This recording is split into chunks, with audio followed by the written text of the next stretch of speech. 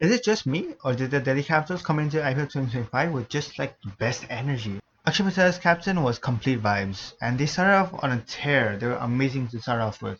And things kind of fell off, and they ended up being like the last team eliminated before the playoffs. But there's still a lot of hope in the team. Now, looking at the season, what exactly happened? Well, somehow this team that was 4 wins and 4, unbeaten, 13 games in, ended up being 6 wins, 6 losses, and 1 no result, and wound up being the last team eliminated before the playoffs started. So how to judge this season? You gotta look at their big three first, the three senior most Indian players. In my opinion, this is the core of the team. You start off with Akshar Patel, the captain, newly appointed premium all-rounder for the Indian national team. He was good at the bat. He averaged above 25 and struck at almost 160. Great cameos, every match counter-attacking. I just feel like he could have stuck around longer. With the ball, he was economical, just 8.5, but he barely picked up wickets. That's a bit of a concern. I feel like he could have done a bit more in both departments.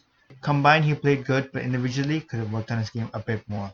KL Rahul came in as 14 crores, and I was shocked. I mean, he's been one of the most consistent IPL performers. Only 14 crores was stunning for me. Good pickup for Delhi Capitals though. He shows consistent once again. Another 500 plus run season. Any batsman averaging above 50 and striking at 150 is a dream situation. I don't care what generation of cricket you're in. Lastly, Kuldeep Yadav at the halfway stage was the most impactful player in the IPL full stop. The second half was disappointing, but he still ended up with 15 wickets, averaging 24, a carry of 7. Great stats.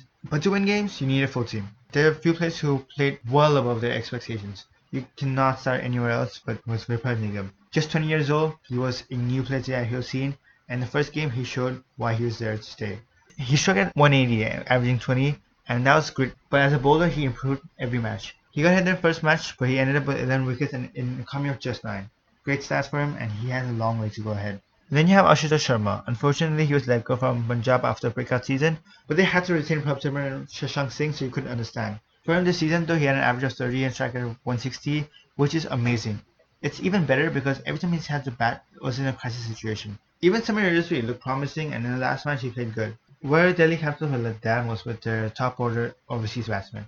The opening duo of Faf du Plessis and Faf-McGurk with Faf, he's as experienced as you get them. 4-year-old, his experience is used as vice captain, but he missed many games, and even when he played, his game never felt like it was quite there. His average was around 20, and he struck at around 120, which for a player of his level and his caliber, really disappointing. Similarly, Faf-McGurk had a stunning season last year.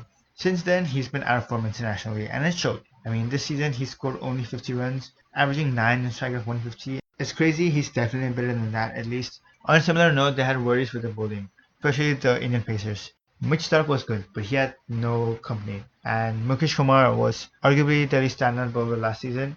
That's why he was RTM for 8 crores ahead of someone like Khalil Ahmed. And he even had a player of the match performance, but outside of that, he's been very disappointing. He has not been as reliable or bankable as he was last season, and it's been a big problem for them, and it's the reason why he was dropped at a point. After him, you have Nasrajan, and he's been one of the best Yorker specialists in IPL history. I really rate him, I think everyone does. But he's had fitness problems. I don't know what happened behind the scenes, but he only ended up bowling one spell in a game that actually counted. 3 overs, 49 runs, no wickets, got dropped afterwards. Just a bad return and disappointing for a player who has so much potential. Lastly, Mohit Sharma enjoyed a resurgence with GT 2 seasons ago, but ever since Jadeja hit him in the last 2 bowls, he's looked different. This year in 8 matches, he only has 2 wickets. For a former purple cap winner, I don't know how those numbers end up being reality. Now it's kind of funny because I'm talking about all these problems they have, but this time they end up in the top half. So how did they end up winning games? Well, there is a point that maybe they were just kind of lucky. From the first game, they're trailing Lucknow by a lot of runs. Then Vipraj and Ashutosh come out of nowhere and they're ahead in the game almost. They have a small chance, and then Punt misses a really easy stumping of Mohit Sharma. He fumbled the game, and Delhi were gifted 2 points. Similarly, against SRH, they had a massive collapse, and Ashutosh once again came to rescue. They crawled to 133.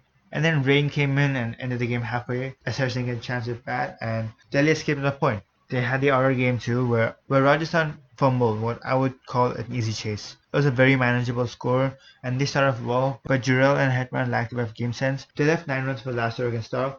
To his credit, Stark bowled really well. He took the game to super over. RR committed suicide with runouts, and Delhi were handed another win.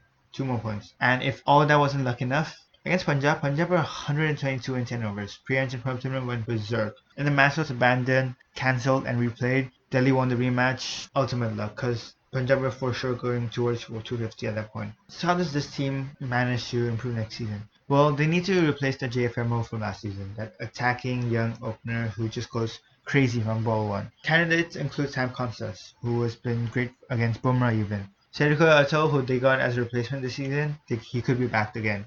Even JFM could be backed if he returns to form. 9 crores is a lot, but he still has potential we saw last season. As far as releases go, I think a big release would be Natarajan for 11 crores. He has quality, I still rate him, but the best ability is availability, and he lacks that.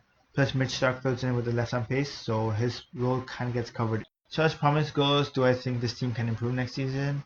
Well, they started promising, there's no reason they can't replicate that this season. There are holes, so if those holes get filled, think about how much better this team could get. Also in general, they need to promote Stubbs. He's their most dangerous batsman. He can bring an impact, but sometimes he's not given the time to do that. Once they sort those things out, they could be even better, and playoff contention is good. Next year they could actually be in the top 4 or top 2 even. If you made it this far in the video, you realize something I did. It's just really hard to judge this team. I mean, how can you judge a team that just somehow wins games? How I'm thinking about it now is just, don't think about it too much, enjoy it. Sometimes cricket's just about energy. It's good that they don't have the kind of problems that other teams who come in the past have. I think Delhi season does have a lot more positives to take away from it. It's a case of so close yet so far, and who knows, maybe 2026 will finally be their year. If you like this video, don't forget to like, share, and subscribe. Check out our IPL Mega playlist where we cover all the content starting from the retentions all the way down to the season reviews. And as always, thanks for watching. We'll see you next time.